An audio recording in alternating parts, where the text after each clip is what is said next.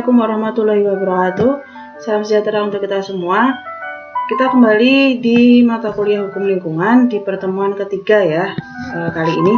Baik, kita akan mempelajari beberapa hal terkait tentang hukum lingkungan yang mana kita kaji. Ini nanti kita akan bahas terkait tentang permasalahan lingkungan hidup, kemudian bagaimana dampak dari permasalahan tersebut, kemudian upaya untuk pencegahan, dan bagaimana pengawasan dari pemerintah dalam hal untuk penanggulangan permasalahan lingkungan hidup itu sendiri.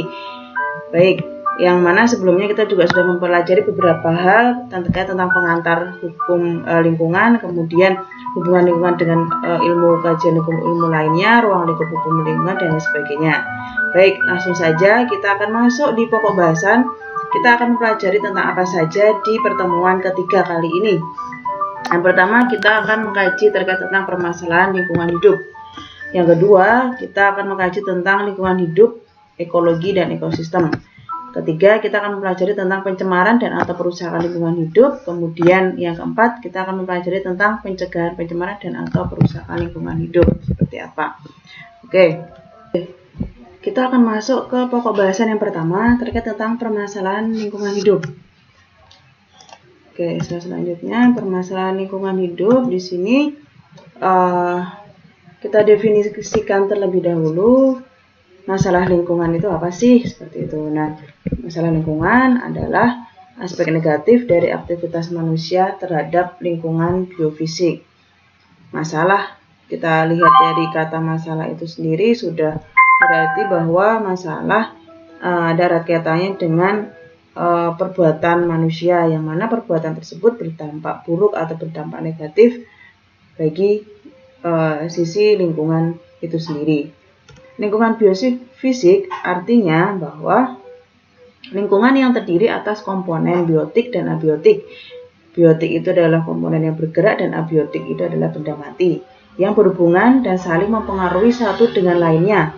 Komponen biotik merupakan makhluk hidup seperti hewan, tumbuhan, dan manusia. Hewan sesuatu yang bergerak, sesuatu yang hidup. Adapun komponen abiotik terdiri dari benda-benda mati seperti tanah, air, udara, dan cahaya matahari. Nah, kualitas lingkungan biofisik disebut baik jika interaksi antar komponen berlangsung dengan seimbang, namun bisa dikatakan negatif atau bisa dikatakan akan bermasalah ketika manusia tersebut memberikan dampak buruk terhadap lingkungan itu sendiri, sehingga dapat kita simpulkan bahwa permasalahan lingkungan hidup ini merupakan suatu permasalahan yang mana ada aspek negatif di dalamnya yang merupakan suatu perbuatan aktivitas dari manusia itu sendiri yang berkaitan dengan lingkungan biofisik, baik lingkungan yang hidup maupun benda mati, baik tumbuhan, hewan, manusia, dan tanah, air, kemudian sinar matahari, bangunan, gunung, dan lain sebagainya itu masuk dalam ruang lingkup lingkungan hidup, permasalahan yang berkaitan dengan lingkungan hidup.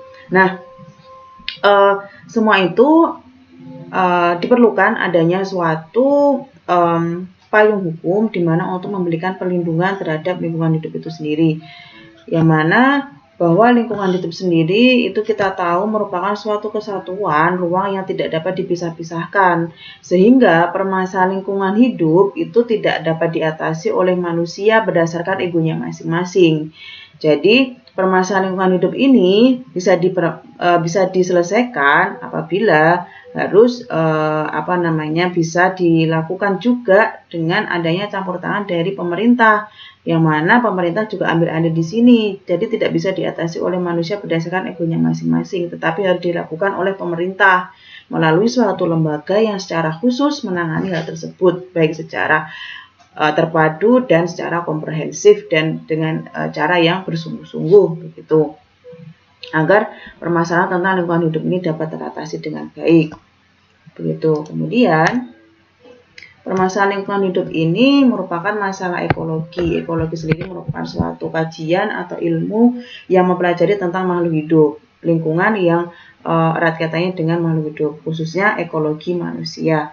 Yang mana di sini ketika ada masalah, kemudian timbul adanya suatu ketidakserasian hubungan antar manusia dengan lingkungannya. Nah, permasalahan lingkungan itu ditimbulkan karena akibat suatu perbuatan dari si manusia itu sendiri, yang mana menimbulkan akibat buruk bagi lingkungannya, begitu ya.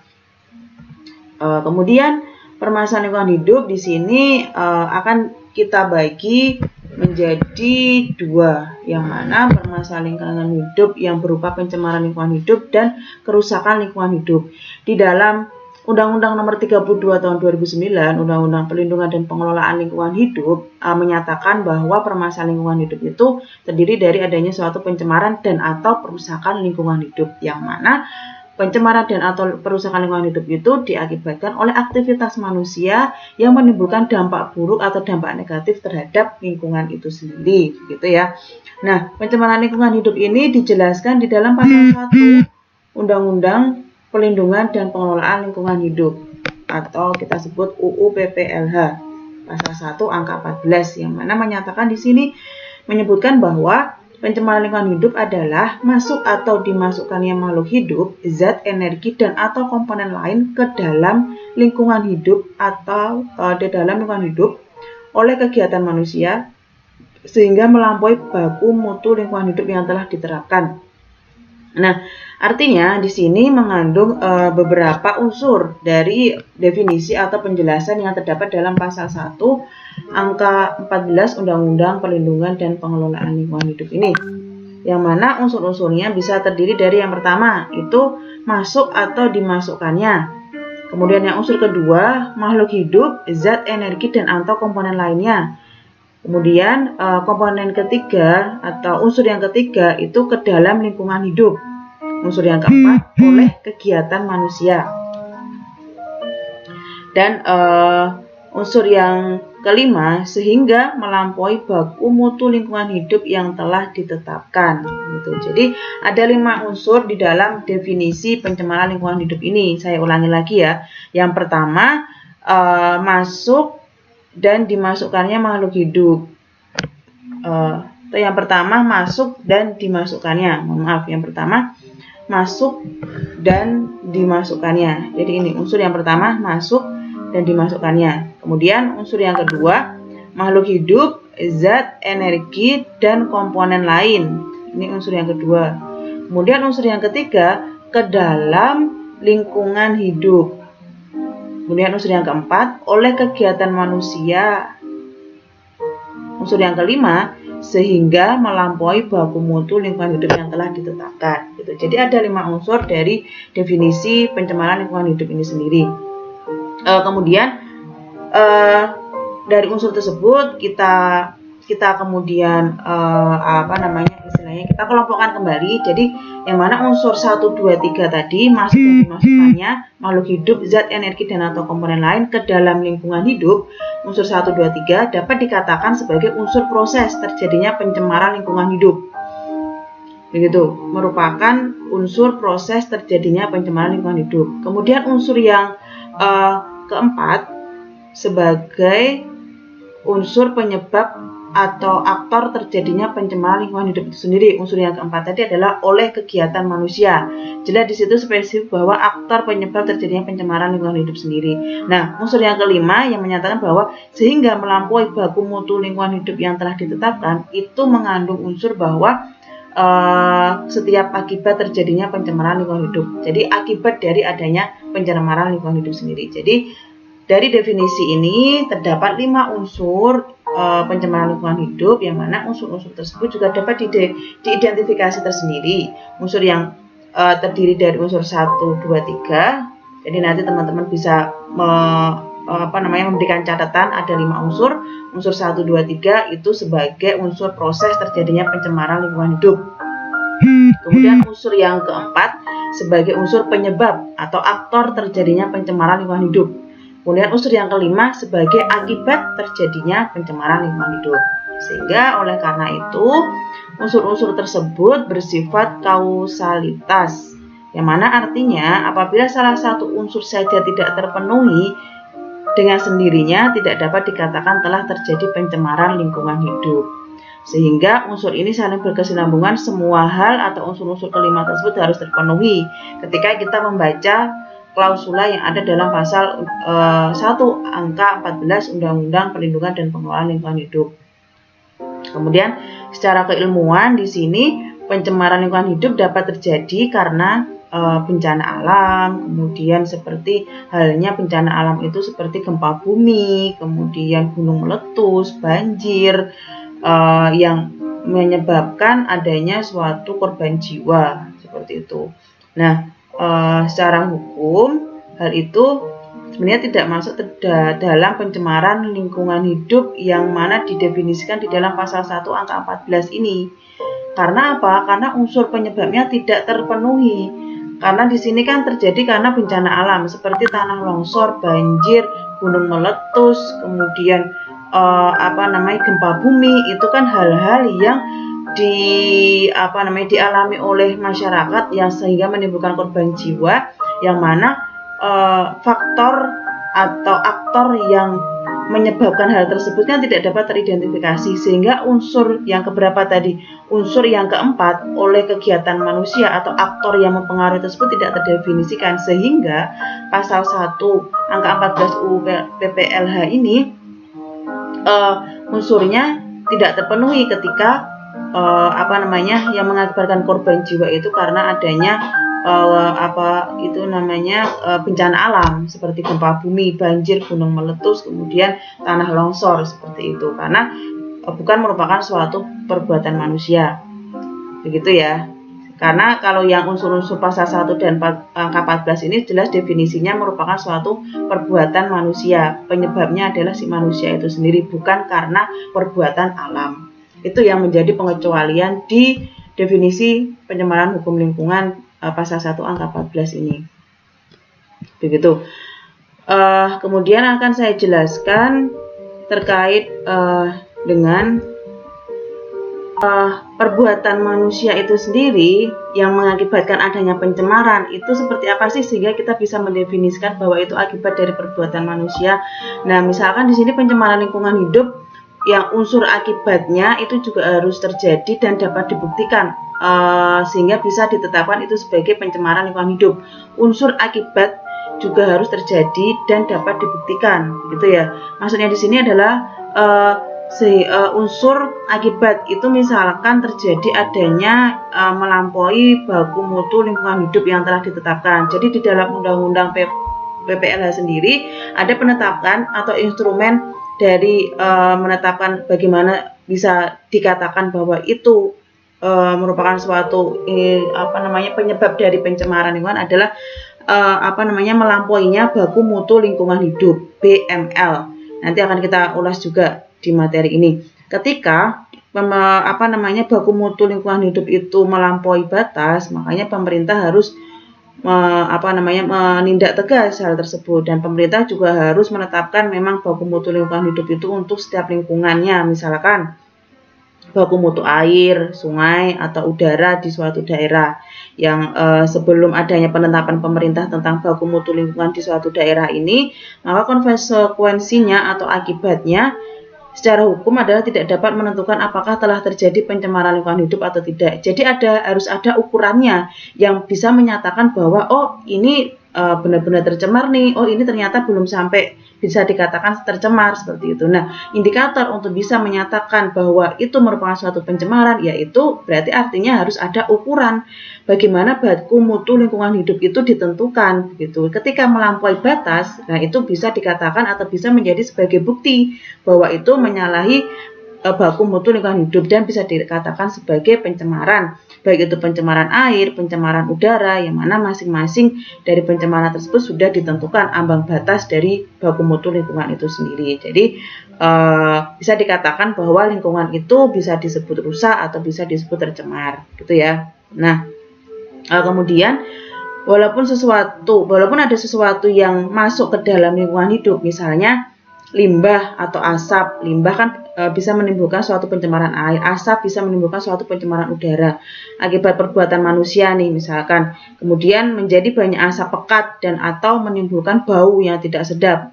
Tetapi apabila tidak dapat dibuktikan unsur telah melampaui batas baku mutu lingkungan hidupnya itu, maka secara otomatis ya tidak bisa ditetapkan bahwa itu bisa menjadi suatu pencemaran atau perusakan lingkungan hidup, gitu ya.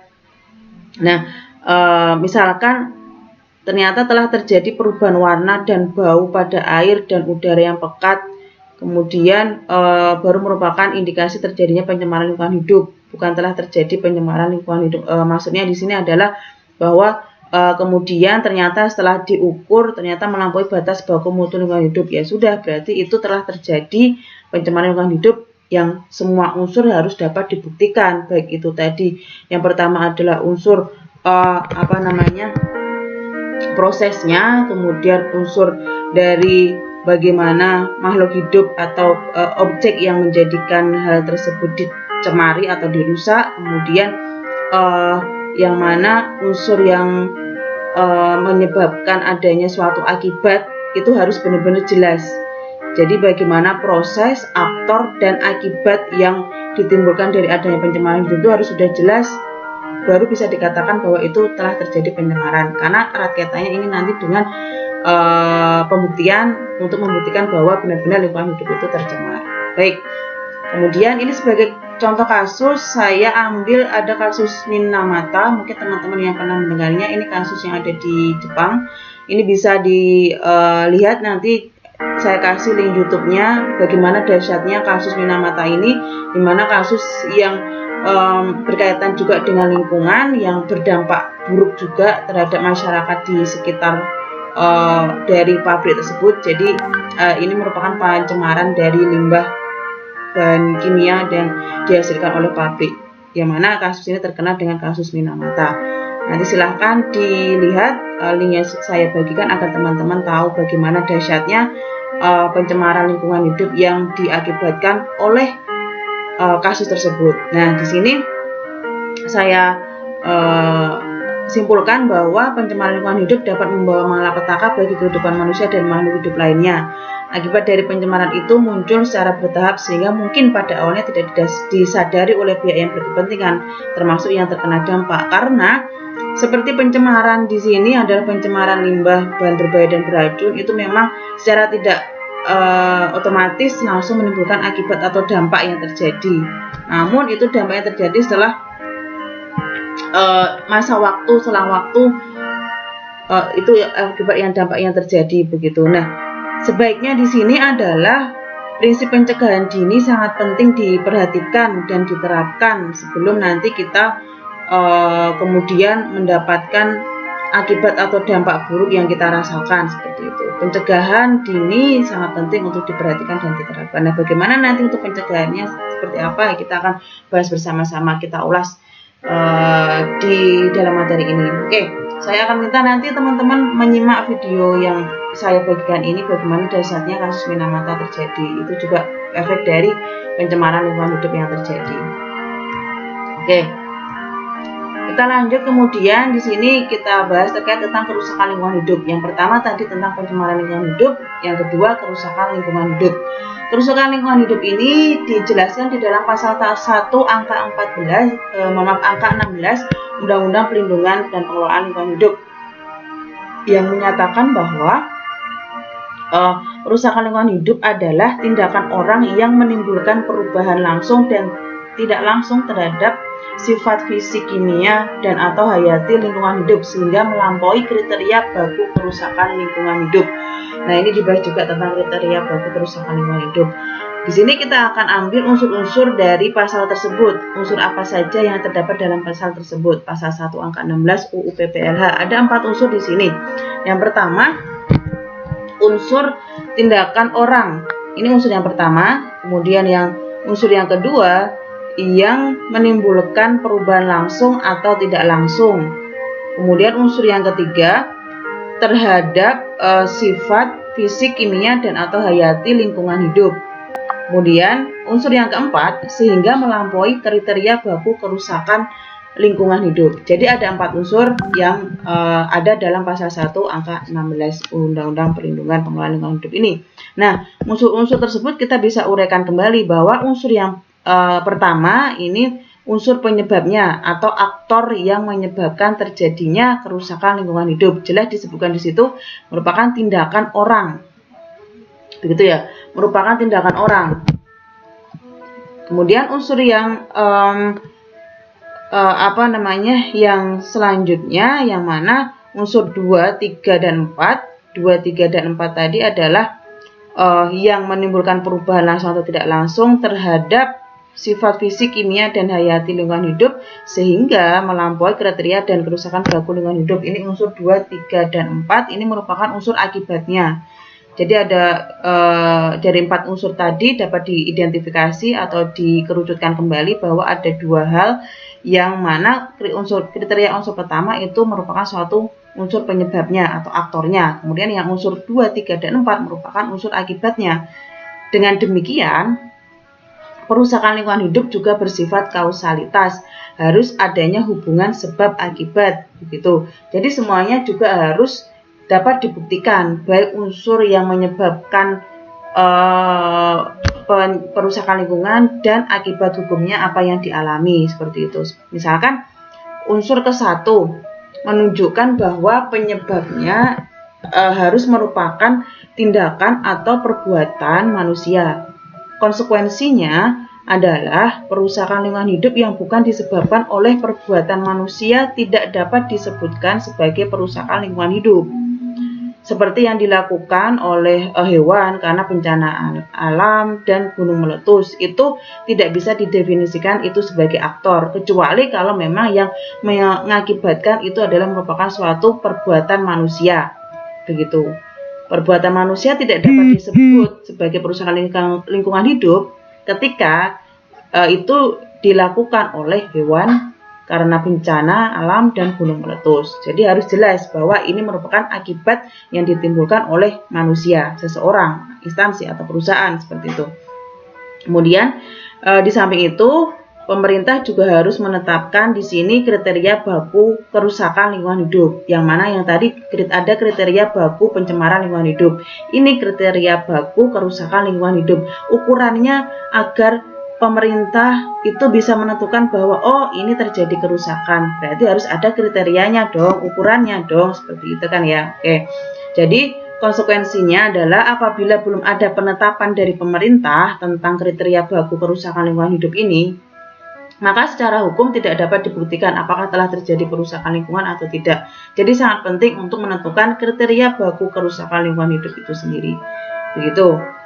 Oke, sudah jelas ya mahasiswaku semuanya. Kemudian penyebab terjadinya pencemaran atau perusakan lingkungan hidup. Ini yang pertama karena adanya saya definisikan terlebih dahulu penyebab terjadinya pencemaran kerusakan lingkungan hidup di sini karena perbuatan manusia baik sengaja maupun tidak, perbuatan manusia yang sangat potensial mencemarkan dan merusak lingkungan hidup. Nah, antara lain yang pertama pola hidup konsumtif atau boros. Nah, pola hidup konsumtif atau boros ini dapat kita lihat secara realitanya. Misalkan seseorang yang pola hidup konsumtif itu artinya dia senang berbelanja, senang dengan membelikan barang-barang yang mungkin barang-barang tersebut tidak terlalu urgent atau dibutuhkan oleh seseorang tersebut, berbelanja yang tidak sesuai dengan kebutuhan, sehingga barang-barang yang dibeli menumpuk dan pada akhirnya menjadi limbah, yang mana limbah tersebut sangat banyak, limbah tersebut kemudian dibuang secara sembarangan, seperti limbah belanja perabot rumah tangga, pakaian, sepatu, sandal, parfum, dan makanan nih. Yang paling mengenaskan itu limbah makanan, di mana bungkus-bungkus makanan, snack, jajanan, dan lain sebagainya yang berupa plastik itu yang dibuang secara sembarangan, yang menimbulkan akibat buruk bagi satwa yang lainnya, terutama satwa yang ada di dalam air, karena mayoritas limbah berupa sampah plastik ini banyak dibuang di laut atau sungai yang mana nanti bermuara ke laut, yang mana nanti kemudian menimbulkan akibat buruk bagi satwa yang ada di laut, ikan-ikan yang ada di laut, seperti itu. Nah, pola hidup konsumtif inilah yang menyebabkan terjadinya pencemaran atau perusakan lingkungan hidup. Kemudian yang kedua itu adalah keinginan serba praktis. Nah, apa ini yang dimaksud dari keinginan serba praktis itu sendiri? Manusia modern sekarang ini jarang yang berbelanja membawa kantong dan tempat belanjaan sendiri, sehingga setiap pulang berbelanja atau setiap kita selesai nge-mall seperti itu kan membawa banyak sekali tas belanjaan. Nah, tas belanjaan yang berupa plastik itu yang saya sampaikan tadi, yang menjadi limbah yang sangat berbahaya, yang mana limbah tersebut tidak dapat terurai dengan mudah, limbah plastik, kemudian limbah dari bahan-bahan yang sejenis dengan plastik tersebut seperti botol minuman, botol isi ulang dan lain sebagainya, itu kan susah sekali untuk diurai yang menyebabkan nanti kerusakan lingkungan hidup itu dapat terjadi seperti itu. Kemudian yang ketiga, ketidakpedulian terhadap lingkungan hidup. Nah, ini yang sangat penting. Ketika seseorang tidak peduli terhadap lingkungannya, itu dapat berakibat buruk sekali bagi lingkungan yang ada di sekitarnya. Seperti yang saya dapat misalkan mahasiswa yang kos jauh dari kampusnya, sehingga setiap kali ke kampus harus memakai kendaraan bermotor. Nah, misalkan kosnya dekat, itu kan dapat ditempuh dengan jalan kaki atau bersepeda, sehingga paling tidak dapat berkontribusi untuk mewujudkan udara yang sehat dan terhindar dari polusi, begitu ya, atau terhindar dari penggunaan bahan bakar secara sia-sia. Contoh lainnya adalah misalkan membuang sampah atau limbah yang tidak pada tempatnya. Jadi semua pada dasarnya senang pada kebersihan, sehingga tempat tinggalnya, tempat bekerjanya dan sebagainya ingin selalu bersih. Tetapi ketika membersihkan tempatnya itu tidak selalu membuang sampahnya dengan benar atau tidak membuang limbahnya itu dengan benar. Misalkan di sungai, yang akibatnya nanti cepat atau lambat terjadi pencemaran dan kerusakan lingkungan hidup. Nah, ini yang ketidakpedulian ini yang menyebabkan kemudian nanti adanya pencemaran dan kerusakan lingkungan hidup. Yang seharusnya hal-hal tersebut bisa dihindari, tapi karena kita tidak peduli dengan lingkungan sekitar sendiri, ya artinya kita tidak bisa untuk kemudian menyelamatkan lingkungan hidup gitu. Unsur yang menyebabkan terjadinya pencemaran lingkungan hidup yang keempat itu adalah keserakahan. Nah, keserakahan inilah yang mungkin sekarang banyak yang kita alami, atau teman-teman sekalian mahasiswa mungkin di daerahnya yang terdapat beberapa hal terkait dengan adanya keserakahan dari beberapa oknum yang menyebabkan kemudian lingkungan itu menjadi tidak baik dan rusak. Yang mana kemarin sudah saya sempat baca beberapa permasalahan yang dihadapi oleh teman-teman di sekitarnya, permasalahan lingkungan di sekitarnya sudah saya kelompokkan, mungkin nanti akan kita ulas di materi ini, pertemuan ini juga. Oke, kita akan bahas terlebih dahulu ke yang keempat ini terkait dengan keserakahan. Keserakahan ini sini bisa saya contohkan seperti misalkan adanya penambangan pasir, penambangan emas, dan penambangan lainnya yang itu tidak memperhatikan aspek lingkungan, hanya mengejar keuntungan saja.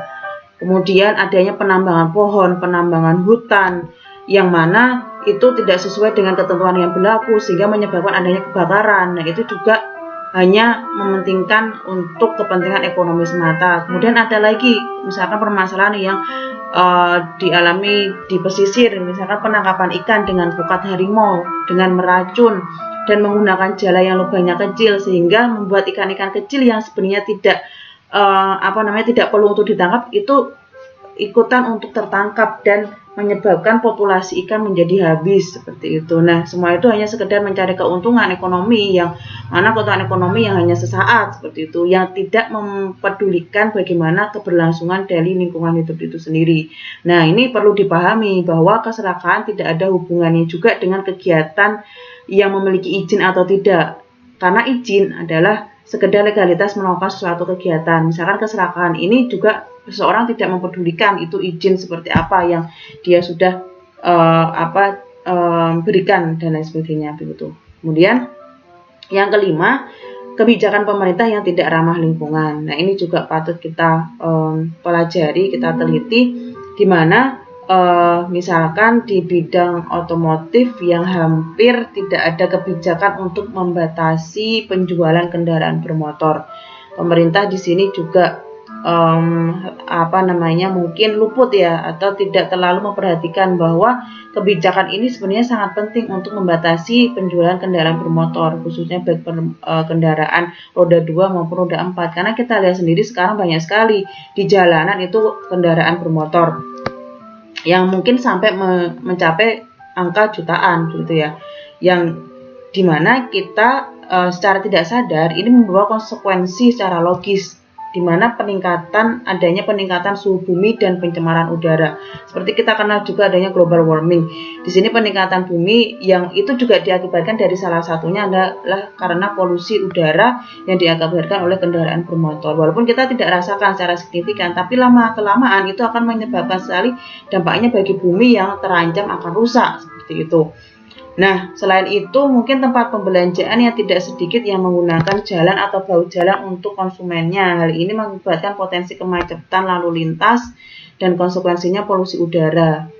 Begitu. Nah, ini juga harus diperhatikan juga dalam hal kegiatan yang berkaitan dengan izin.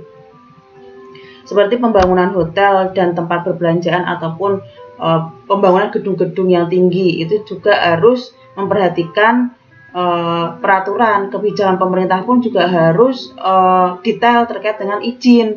Bagaimana suatu perusahaan, hotel, tempat perbelanjaan itu bisa membangun gedung-gedung bertingkat asal memperhatikan lingkungan yang ada, lingkungan yang di sekitarnya seperti itu. Ketika membangun hotel gedung bertingkat, artinya kan itu instansi atau perusahaan tersebut itu harus menggali tanah, yang mana menggali tanah itu nanti timbul adanya suatu resapan air dan lain sebagainya. Kadang ada dampak yang terjadi di situ. Nah, pemberian izin yang diberikan atau di peraturan kebijakan pemerintah itu harus detail. Kadang di sini izin berkaitan dengan izin pemerintah sering lalai di situ, sehingga kemudian banyak instansi atau oknum yang melakukan pembangunan di luar dari ketentuan yang sudah disepakati, begitu ya. Oke.